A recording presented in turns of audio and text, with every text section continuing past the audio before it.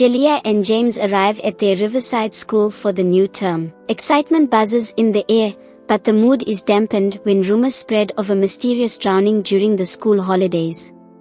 The victim, a popular girl named Asha, was found in the river that borders the school. Though officially deemed an accident, whispers of foul play haunt the students. The twins, curious and empathetic, decide to learn more about Asha, unaware of the chilling truths they are about to uncover. James stumbles across Asha's locker, still untouched since her death. Inside, he finds a note addressed to someone named Kay.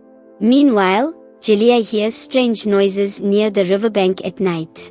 Though frightened, her instincts tell her Asha's death might not have been accidental. When the twins share their findings, they decide to dig deeper into Asha's final days. As the twins question Asha's friends, they discover she had a complicated life. Some describe her as kind-hearted and ambitious, while others hint at a secret romance.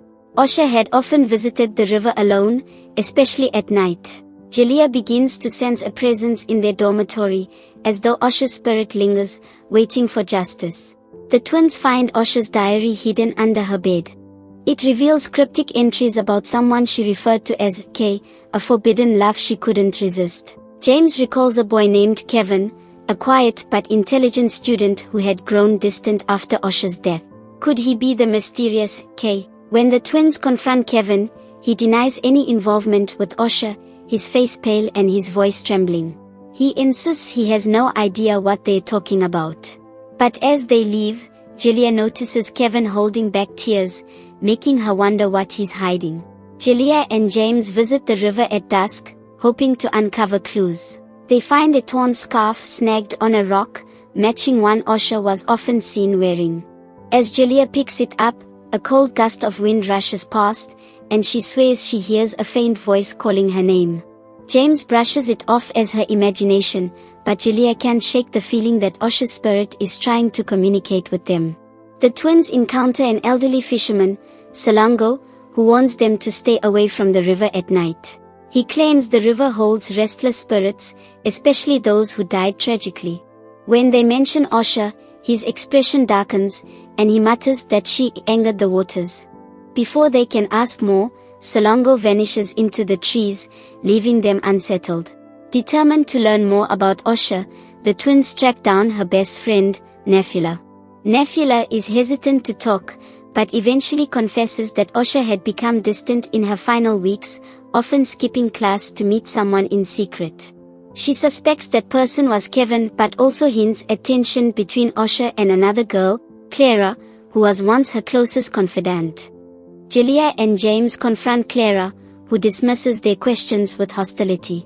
She insists she had no problems with Asha and warns them to stop digging into matters that don't concern them.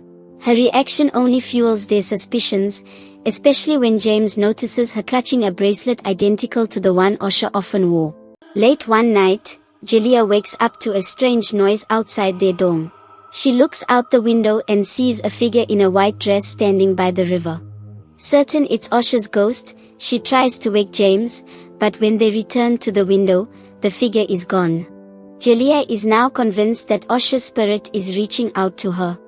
The twins corner Kevin during lunch and pressure him to tell the truth. He finally admits that he and Asha were secretly in love.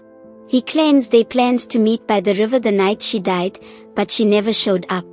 Kevin says he heard rumors of Clara confronting Asha earlier that day but didn't think much of it at the time. The twins confront Clara again, accusing her of being involved in Asha's death. Clara denies it, claiming she was at a study group the night Asha drowned. Though her alibi checks out, her defensiveness raises more questions. Clara warns them again to stop investigating, calling them a fools meddling with dangerous spirits. The twins visit Salongo again, pressing him for details about his earlier warning. He tells them about the river's curse. Anyone who dies there with unresolved anger or pain becomes a restless spirit. He believes Asha's ghost is bound to the river because of her untimely and suspicious death. James recalls the bracelet Clara was wearing and remembers seeing it in Asha's diary. The diary describes it as a gift from her secret lover, but Clara was wearing an identical one. This revelation deepens the mystery, Was Clara also involved with Kevin? Jalia dreams of Asha standing in the river, pointing toward the forest on the opposite bank. When she wakes, she feels an overwhelming urge to follow the dream's direction. Though James is skeptical, he agrees to accompany her. Following Jalia's instincts, the twins discover a hidden clearing in the forest, littered with broken jewelry and torn fabric. Among the items, they find a second scarf matching the one they found earlier. The clearing feels eerily cold, and Jalia senses they've uncovered an important clue. Nefula reluctantly reveals that Clara was once infatuated with Kevin. She suspects Clara grew jealous of Asha when she realized they were a couple. This revelation casts Clara in a darker light, but Nefula admits she has no proof of Clara's involvement in Asha's death. The twins notice someone following them as they investigate further.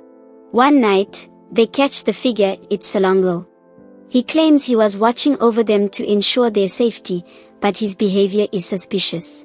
He cryptically warns them that the truth they seek might be more dangerous than they realize. The twins encounter another eerie event at the river. A sudden whirlpool forms where the water was calm moments before. Jalia hears a voice whisper, "Find the truth," while James feels an unseen hand pulling him toward the water. They escape, shaken but more determined than ever. Kevin reveals that Asha and Clara had a public argument days before Asha's death. He doesn't know the details but remembers Asha accusing Clara of a betrayal. This new lead convinces the twins that Clara is hiding something vital. Clara finally breaks down under pressure and admits she confronted Asha about Kevin. She had hoped to scare Asha into leaving him, but insists she left her alive that day. However, Clara's guilty expression suggests there's more she's not saying. That night, the dormitory is shaken by strange noises.